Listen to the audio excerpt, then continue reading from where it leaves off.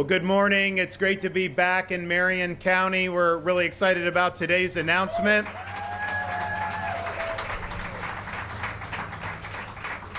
Want to thank Don Garlett's Museum of Drag Racing, really cool in there if you guys haven't been able to see it, for hosting us today. I also want to recognize our Florida Department of Transportation Secretary Jared Perdue, our Marion County Chairwoman for the County Commission, Kathy Bryant, our Senator Stan McClain, as well as our Representative Ryan Chamberlain. We also have other members of the County Commission here. We also have Chuck Keppel, who's the GM here at Don Garlett's Museum of Drag Racing. I want to thank all of you for doing this. Before I talk about what we're going to do today, I do just want to give a synopsis of yesterday's announcement that we made, because I think it's really important. Florida, we were Doge before Doge was cool. If you look, since when I became governor, we had 2019. So if you look at all the debt that Florida had from the 1840s until I became governor, just in my term, we've paid off 41% of the state's total historical debt. Could you imagine if they did that in Washington? We now have the lowest per capita debt burden of anybody in the United States of America, of all 50 states. As a Floridian, if you had to pay off your share of the state's debt, I think it's about $660. If you, as an American, had to pay off your share of the national debt, it'd be over $100,000 per person. So this is just much different in terms of what we're doing. We've also been able to prune unnecessary regulations. We've retired different boards and commissions. We've had major tax relief. This year, our current fiscal year, we actually have a budget that spends less than the year before by billions of dollars. When have you ever seen people actually reducing spending? And then, because we're constantly going through this to see what we can do, so over the last many months, we've identified an additional 70 boards and commission that we're slating for abolishment. We need to get legislative approval for that. So I think members of the legislature are eager to get on the Doge train. So we are going to submit that. That'll reduce many boards and commissions, and then have a lot of positions. And in my budget this year, we called for a net reduction of 700 plus government positions throughout state government. So we have the lowest number of state government workers per capita in the entire United States of America. And that's the way you do it.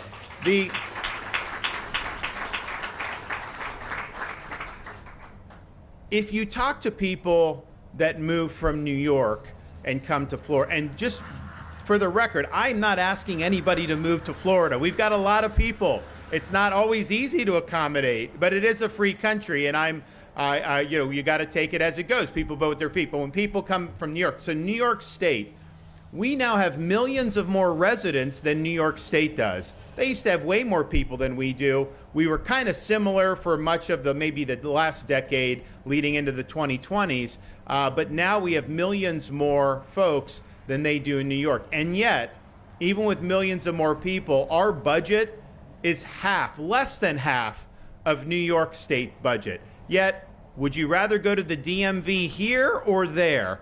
Would you rather drive on our roads or their roads? I mean, it's just crazy how much it costs, and they tax people to no end, and so it's really a vicious cycle. So we showed less than half the budget, millions of more people, yet deliver services that are better, deliver education, all the things that you want to do. So don't tell me that this can't be done. It of course can be done. And meanwhile, while we've been doing all of that, while we have the smallest government per capita, while we've reduced the debt, cut taxes, even reduced spending year over year, we have made historic investments in things that really impact the quality of life of Floridians. One of the things that we've done is major billions of dollars in increase for education and teacher salaries and scholarships for school choice. No one's ever seen anything like what we've been able to do with that. We've also done huge support for conservation efforts. We have the big Florida Wildlife Corridor. We have Everglades restoration. We have all these things that a lot of people didn't think were possible. We're doing it. It's not just the money, but that's important. It's also the leadership to be able to get it done. And we're doing that. But one of the things that we did a couple years ago is we looked around in Florida. We have one of the best transportation departments and road building exercises of anywhere in the country. If you drive on our roads, not that everything's perfect, but compare that. I mean, you drive around New York City, it's like you get motion sickness because it's like up and down, all this stuff. So they've done a good job. At the same time, when you have people moving into the state, and whatever the resident number is, like right now in Florida, you got to add a couple million to that because of all the people that are visiting. You know, they say, oh, Canada's upset at the United States. Canadians are going to rethink coming to Florida. No, they're not rethinking it. I see these license plates everywhere. So they're here. So we have that, and that's just a reality. And again, I can't control whether people come or not. It's a free country. You're allowed to pick up and move to different states. So we have to figure out, okay, what do we need to do to support this and to get ahead of it so we're preserving or improving the quality of life. So we launched a program a couple years ago called Moving Florida Forward. Because we had such an enormous budget surplus, we were able to take many billions of dollars, plow it into our current transportation program, take projects that weren't even scheduled to start till next decade, immediately infuse those with cash, start them as soon as possible, and then deliver the final result 5-10 years ahead of schedule. And you're seeing that all over the state with what we're doing. You know we have some areas that have some significant issues around the state. Obviously, we're here for one of those reasons. And so these billions of dollars are being put to use, and they are going to make a difference on quality of life. So what are some of the things that we're doing? We have at least 20 major interstate and roadway projects across the state that have been expedited through this initiative, including expansion of lanes and the addition of express lanes along I-4 in Polk and Osceola counties. I mean, I think people have been on I-4.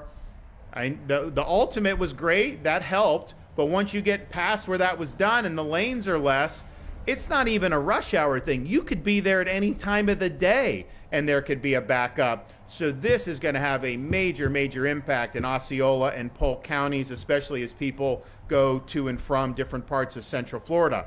We also are funding and moving up the addition of regular express lanes on I-75 in Pinellas County. Those improvements are anticipated to reduce travel delays by almost 85%. Then it also adds capacity in case of hurricane evacuations, and unfortunately, we had to do that this past hurricane season with both Helene and Milton leading to evacuation orders in the Tampa Bay area. We also are doing a redesign of Golden Glades interchange on I-95 in Miami-Dade. Helps the major corridors get in there. It's a very difficult part of the state to make traffic improvements because it's all built out, so we don't have as many options, but this will make a big, big difference.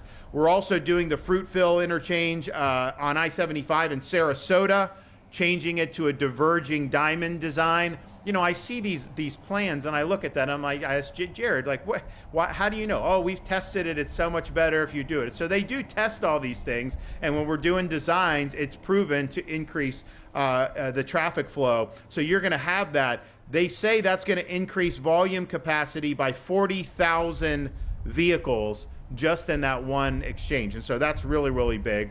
We're also widening US 98 in Bay County. We want to provide better access to Panama City Beach as well as the business. The Panhandle, unbelievable the amount of people that have moved there in the last 5-6 years. I mean, I remember during COVID, you know, we obviously wanted everyone to do what they wanted, but some local governments were difficult at first. I eventually just wiped the slate clean in the summer of 2020. But you know, you go to like Memorial Day of 2020, we were 2 months into COVID.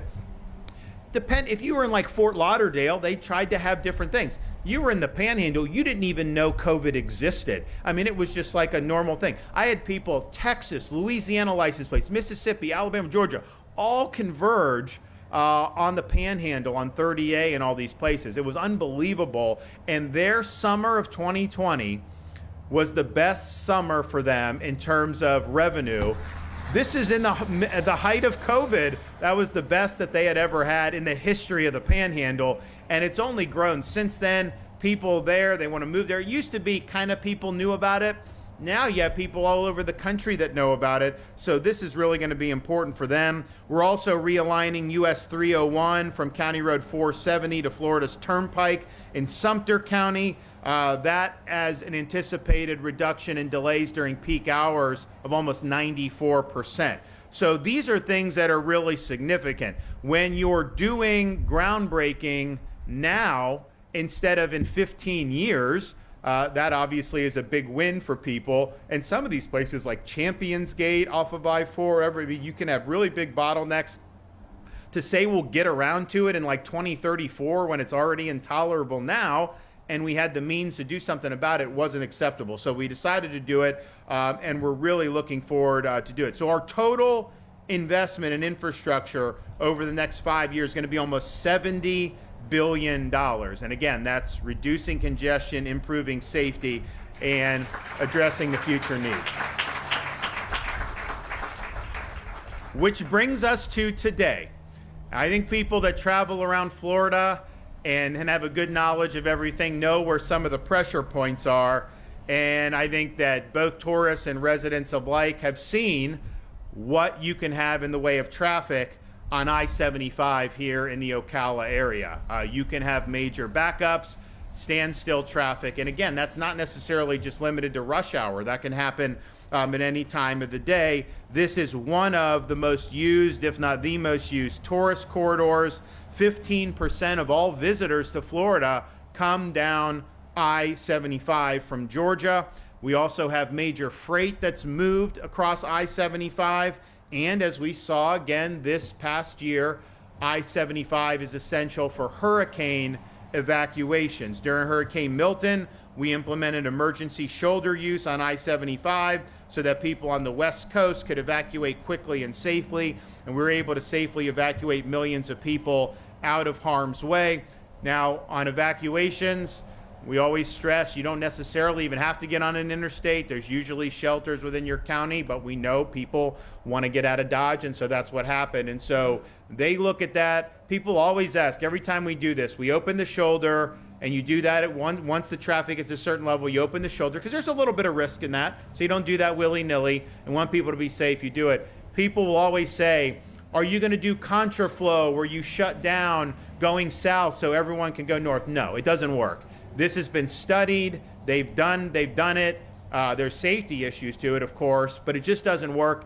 And you also need to flow both ways because as you may, as a resident, want to evacuate, we are bringing in first responders to go into the eye of the storm to be able to respond. Our utility workers, all these things. Heck, in the Milton, we had major flooding in Port Manatee and Port Tampa Bay, and it knocked out their operations for a couple days. That's where a lot of the gasoline comes in.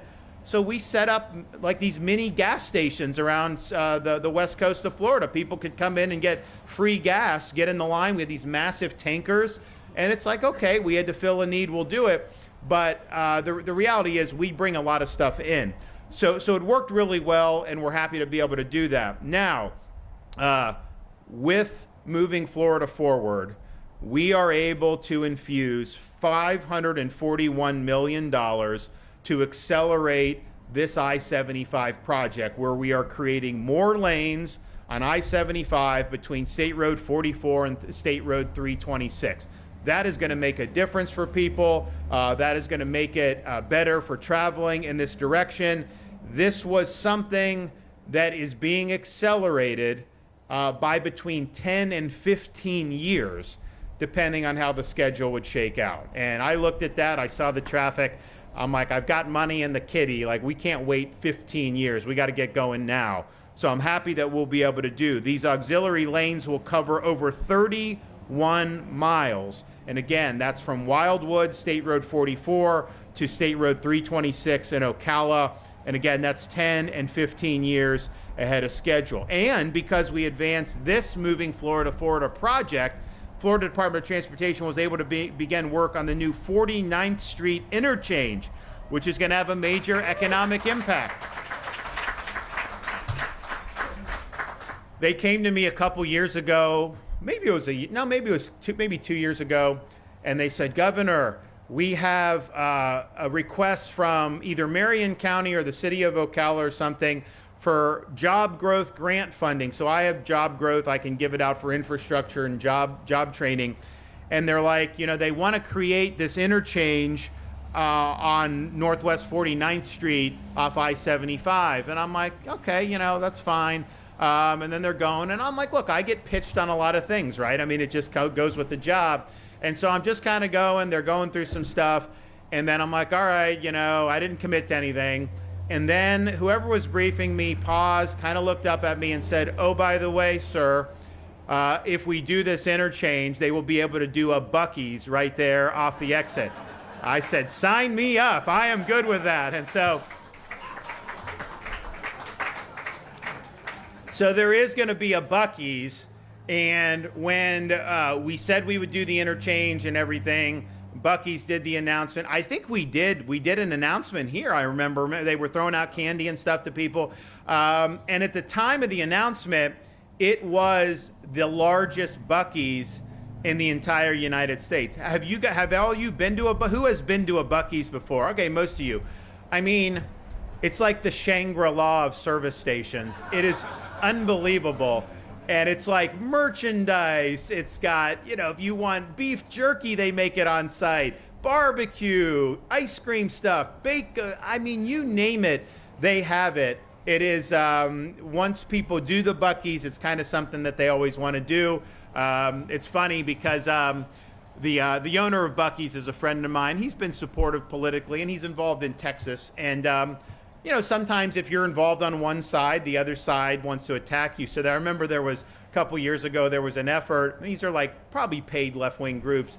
They wanted to boycott Buc-ees because the owner had given to like Governor Abbott. And I'm like, yeah, that boycott ain't going to work very well. People are not giving up Buc-ees. Don't worry about that.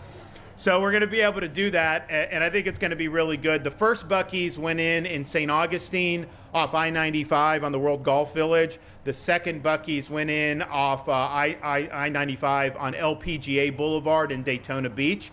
And both of those have been wildly successful. Then you're going to have this one, and they've also announced they are going to be doing a Buc-ees off I-10 near Tallahassee, which is going to revolutionize driving on I-10. I can tell you that right now. So we're looking forward to all of that. So this is going to be really, really good. The regional economic impact of all of this is expected to exceed $2.3 billion. And so, we're meeting the needs that the people have in this part of the state, but also just people who want to come to Florida, who want to travel through. We know it's important. I don't know how you can possibly keep up with the population growth of the villages. I mean, it's unbelievable. They'll do home housing, they'll do new housing starts across the country. And there'll be places that are kind of booming, and then the villages is like this, but they're always number one. It's like nonstop boom, and they have Marion, they have Sumter, they have Lake, they have all kind of places around there. And so it's just a lot, right? And it puts stress on infrastructure. So we're responding here. We're going to hear from some other folks in a minute. And then after that, I'll probably take a few questions. Then we'll go over and we will actually do the groundbreaking of this project. And so I just think it's important to reflect. This groundbreaking would have happened in like 2035 or 2036. Had we not done our Moving Florida Forward initiative. And part of the reason we were able to do it is because we've had a strong economy, we've been wise with your money, we generated big surpluses. And I was actually to the point we're like cutting billions of dollars in taxes, we're paying down debt, and I still got all this money.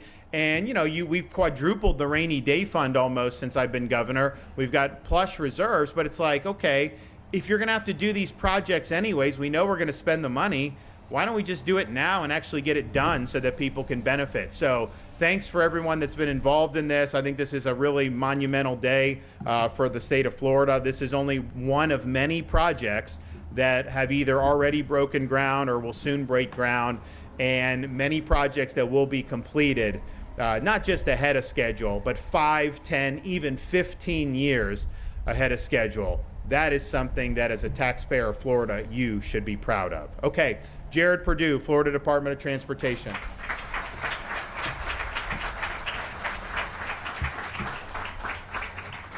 Thank you. Thank you, Governor, for your leadership.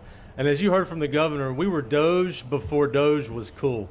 And what better way to be an example for government efficiency than to deliver more infrastructure and deliver it faster? That's exactly what we're doing here in Florida under the governor's leadership. This I-75 project 2 years ago was just an idea.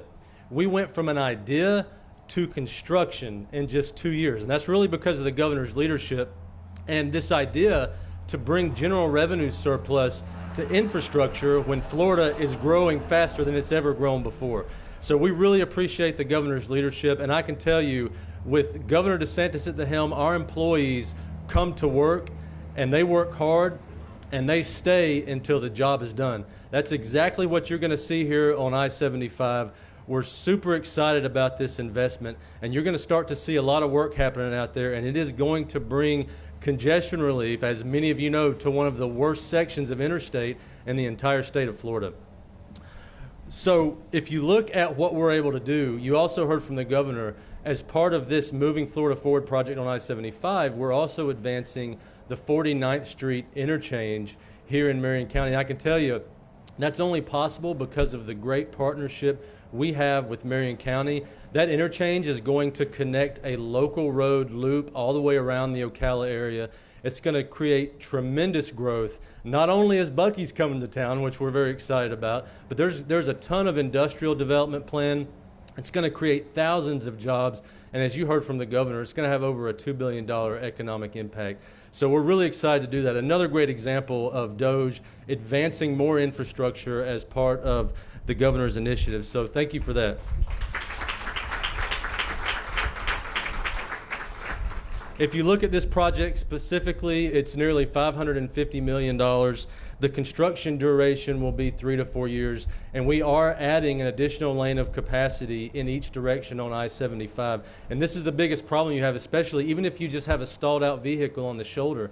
It can create a 10, 12, sometimes 15-mile backup. I know many of you have been stuck in it. I've been stuck in it many times myself and wondered, I wish I knew somebody who could fix that. So we're excited about that. 3 to 4 years, construction will be done. You're going to see huge relief here in the Marion County area, and it's going to be great for the entire community. So thank you, Governor, for your leadership. Okay.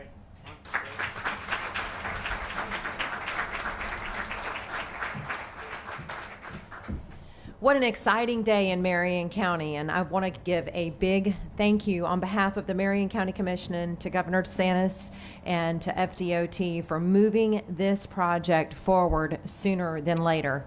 For all of us who live here in Marion County and have to travel on I-75 on possibly a daily basis, we understand the congestion that can happen out there. As a matter of fact, I canceled 2 trips that I had to make down to Orlando in the last couple of weeks because before I got on the interstate, I grabbed my phone, I typed in my destination, and what should have taken me an hour and 15 minutes was going to take me 2.5 hours. So I then rearranged my schedule so I could get up at the crack of dawn and make that trip, which at that point only took me an hour and 15 minutes. This Moving Florida Forward initiative is going to make a huge difference in Marion County, not just to move traffic much better, but it is going to be a huge economic impact for us as well. And we couldn't be more excited, as the county was the one that brought that Buc-ees project forward. I had to take a little credit for that. But we're super, super excited. We know the difference that this is going to make. The auxiliary lanes are going to be a huge improvement. And it's just a great day in Marion County, and I want to thank you, Governor, from the bottom of my heart for picking Marion County and picking this project as one of the ones that you moved forward when you knew that you had that surplus, and not making us wait another 10 to 15 years, because as everyone in Marion County knows, we need this project and we need it now. So again, thank you to the governor, thank you to FDOT and their staff for everything that you've done to make today happen. Thank you.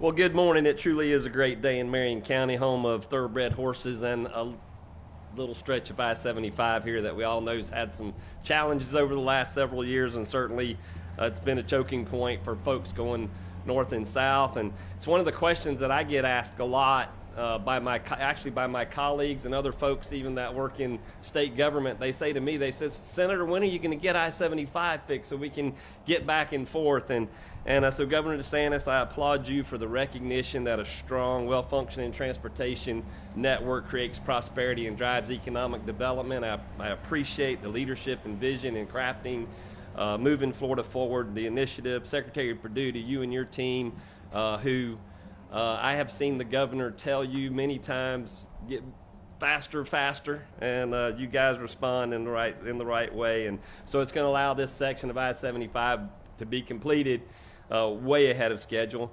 And it actually helps me because now I will be able to say to all of you, to my colleagues, to everyone in Florida who asks me, when is that going to get done? I can tell them today is the day. Thank you.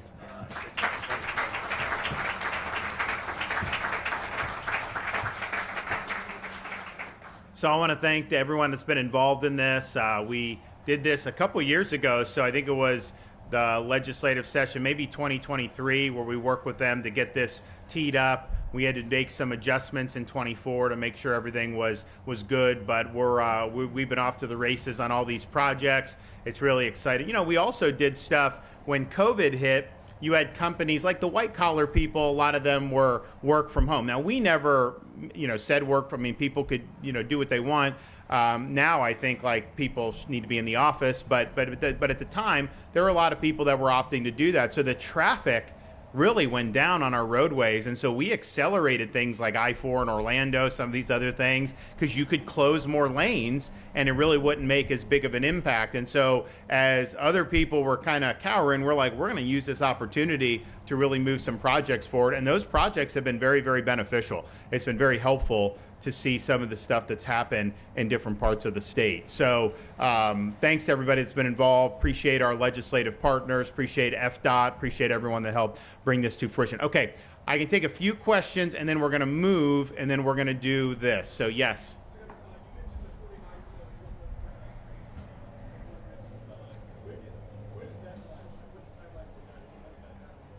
49th Street, when is that estimated? So the total duration is 3 to 4 years. Yeah. Total duration 3 to 4 years for that one. Yep. Yes.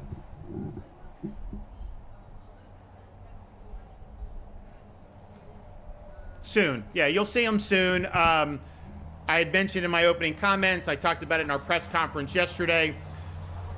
Florida, for whatever reason, has created over the years all these boards and commissions, and it's like I got to appoint people to all these things, and you got thousands of this stuff, and it's like, okay, do we really need a board for some of this stuff? We have abolished some boards already. We did that as part of our occupational licensing overhaul in 2019.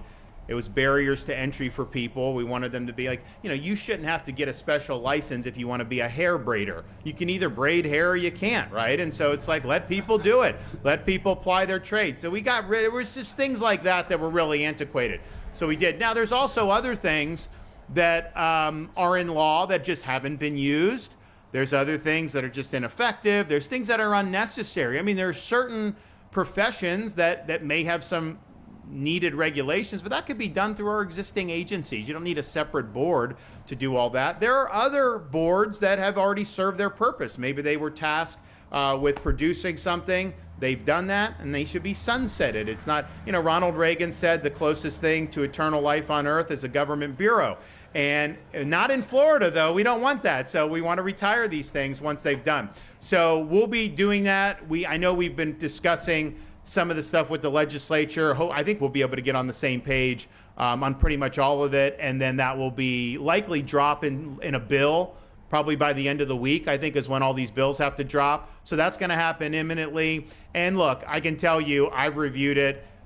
Anything that you would think is vital will be done by existing executive agencies. It's not like if there's something that's important we're not going to do, but we think it may be a redundancy. There's other things that clearly aren't adding value at all. There's other things that have already run its course. So, but I know that, They'll do 70. The media will try to find one or two, and they will try to make you think it's so bad and everything like that. Well, you see what they're doing with the Doge stuff and how they're trying to treat all that. You know, it's interesting. They say Doge is going in, people are getting laid off, these employees, and then the media is very sympathetic to them, which I would be fine with, but they were not sympathetic, the legacy media, when people were losing their jobs in other states because they didn't want to take a COVID shot. They were not sympathetic to the members of the military that got kicked out because of that ridiculous mandate. They're not sympathetic to people who were working on the Keystone Pipeline when Biden mothballed that. You don't hear those sob stories. So, you know, this is all just part of a narrative. At the end of the day, what they're trying to do is they want to defend having this fourth branch of government, this bureaucracy, and they want it to be that they don't think it should matter who gets elected. The bureaucracy should just do whatever the hell it wants. That wasn't how our Constitution was designed. Our Constitution was designed to have a legislative branch who you elect those folks to the House and now to the Senate after 17th Amendment. We have a judicial branch, which is the weakest of the three, but it serves a limited but important role. And then the executive power is lodged in the president. So these agencies report to the president, and if you have bureaucrats that are not willing to carry out the president's policies, the president has every right to show them the door. And especially in the military, he has every right to show them the door.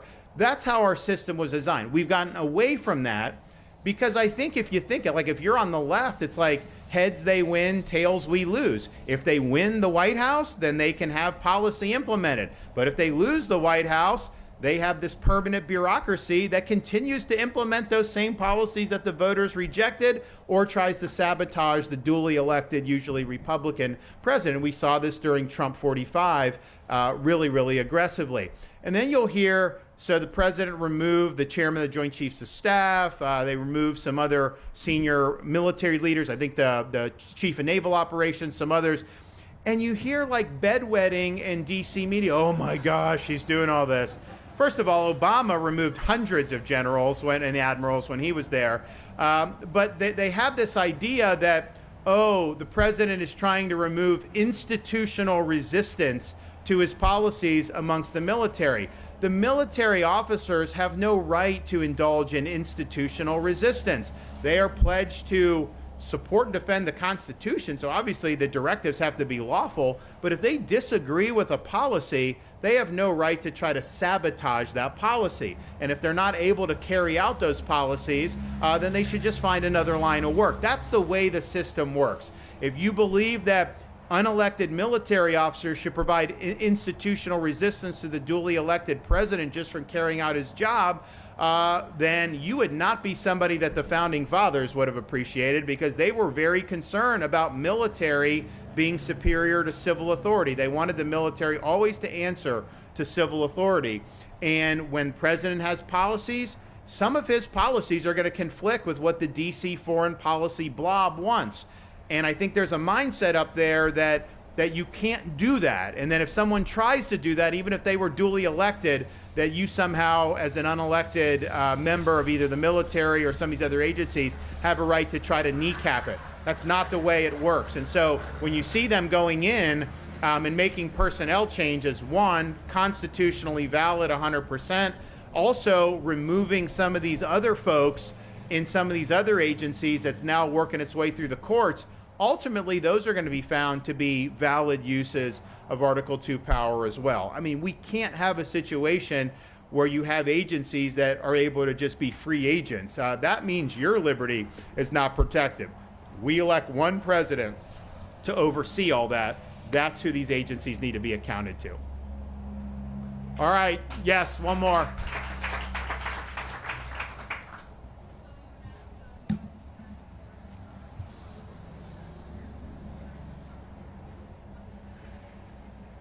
I'm sorry, there was some traffic. Can you repeat?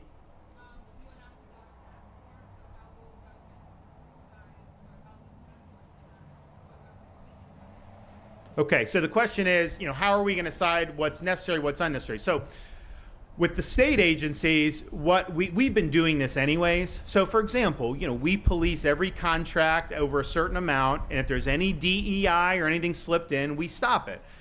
There's other things that we do to do that. So that's us with our people in our budget office that go through these agencies. So that we do that as a matter of course. We're able to stop things. Sometimes we have to cancel. So that happens. But what they're doing federally is they're using technology and artificial intelligence to be able to review payments and all these other things. We have not, this is pretty new technology. So we want to apply that technology to our auditing efforts for our state agencies. Maybe it's not going to lead to a lot. Maybe it can help us find things that is harder when you're just doing normal stuff. Now, we've done a good job, but I think this lets us do better. So if we find a contract, and I don't think it would be that there is DEI by name, but I think what they could do is try to reframe it, call it something else, and put it in. And to the naked eye, that may be more difficult to see, but in AI, they may be able to flag it and do that. So that'll be one thing that we're doing. The other thing we're doing is we're doing full audits of our state university system. We want to know how much administrative bloat is there, how many courses are being offered that is like ideological studies and we can just do away with, how many of this. So this really needs to be done. We've put in, with the legislature and me supporting, we've increased the money to our universities dramatically over the last 6 years. I mean, a lot. Definitely by 50%. Some say it's been close to double. I'd have to go back and look, but it's been a big increase. Now, your kids and grandkids, if they live in Florida, they pay $6,300 for in-state tuition. That's the lowest in the United States, and we're proud of that. Bright Futures, you can pay 0 or 75% off, depending on where you do. We even have the ability for out-of-state students to qualify for in-state tuition if their grandparent is a Florida resident. Now, they have to be good students and meet certain things, but that's a great perk. So we're happy to offer all that. We're happy to have not raised tuition, and we've provided funding, and our university's done well, but we need to make sure that we just don't have bloat run amok. And the one thing I know nationally, and maybe Florida has avoided this, we're going to find out, but if you look when they started really pumping in a lot of student loan money decades ago, it didn't increase the quality of the education. What it did is, if you look at the administrative bloat, as more loan money got put, that more administrative staff. Now, I don't think those administrative staff are increasing the academic experience. I don't think that they're helping students learn better in the classroom. I think it's tangential items. And so we want to look at that. We also want to look at, we were the first state in America to abolish DEI in our public university systems. So these offices were disbanded, but I want to know, where did those employees go? Are they burrowed into other things? Are they doing DEI under another name? If that's the case, you have a right to know that, and then we have a responsibility to end that. So I think the universities is going to be really, really significant, and we look forward to doing that. And then, with my executive order, they are going to be conducting audits of local governments based on publicly available information. But I also think that, we want to have, and it'll be like for a year, not forever, but like an ability to go in and audit. I mean, I look at some of these governments, whether it's Alachua, Broward, some of them, you've got a lot of problems with how these things are being managed. And people are being taxed to high heaven, particularly with property taxes, which is another thing we're going to give relief on. Because, you buy a home for $250,000, and then 10 years later, someone assesses it at $800,000. Even if you have homestead, you're still paying more. It can't protect you against all that. So people are really getting pinched by the property taxes, and especially elderly on fixed income. It's like they bought land, they bought a house. Many of them just paid off a mortgage because they didn't buy their home outright.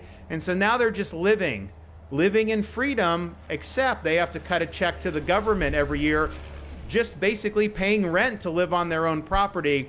And so that has really pinched a lot of people. People need relief from that. Now, we can't just do that through normal legislation. We would need to put something on the ballot for 2026. And so we're working on that. And we're doing analysis studies. We're doing all that. But I can tell you there's going to be something on the ballot that is going to give Floridians an opportunity to vote themselves relief from what property taxes have done to them. I think it's really, really important, and I think it's part of a whole 9 yards. But, you know, some local governments are better than others. I can guarantee you, I can show you examples in Florida where you've had a massive increase in spending over the last 6 to 8 years, but not necessarily an increase in the services provided in a meaningful way. And again, it varies by different counties in the state, but I do think it will be helpful for folks. And, you know, what I found is in certain parts of the state, you know, the media is more partisan left, so they don't really even cover some of this stuff that has to do with local government for some of these areas, which I think is a big mistake. So we're going to have Doge. We're going to be able to make a difference. So there's going to be a lot. And so on the initial review, we put out that they're already exposing some of this, you know, $777,000 for equity training or something like that in this county. It's like, okay, do you want to pay property taxes to fund that training? There's other things that are done, and you just kind of scratch your head. So I think people are sensitive to how government spends money right now more than they have been in more recent years. Lord knows, I mean, COVID was a massive gusher. There was a lot of waste there. But now people, I think, are attuned to it because I think they've seen the debt balloon nationally. I think they realize that change needs to be made, but I think that's for all levels of government. So we want to do it. We want to make a difference. And as I said, I've talked about what we've done being Doge. Doge was cool. That means we have taken efforts in Florida to do this, reduce government, reduce spending. That has been done anyways, but I think these new tools can really help us. So, okay, enough of that. Now's the time. I think we're going to move back here. I know the media is going to move over to be able to snap some photos. Is it raining a little bit outside? It's not raining, so you guys are good. And so we're going to be over here. We're going to do the initial dig, and we will call it a day. So thanks, everybody.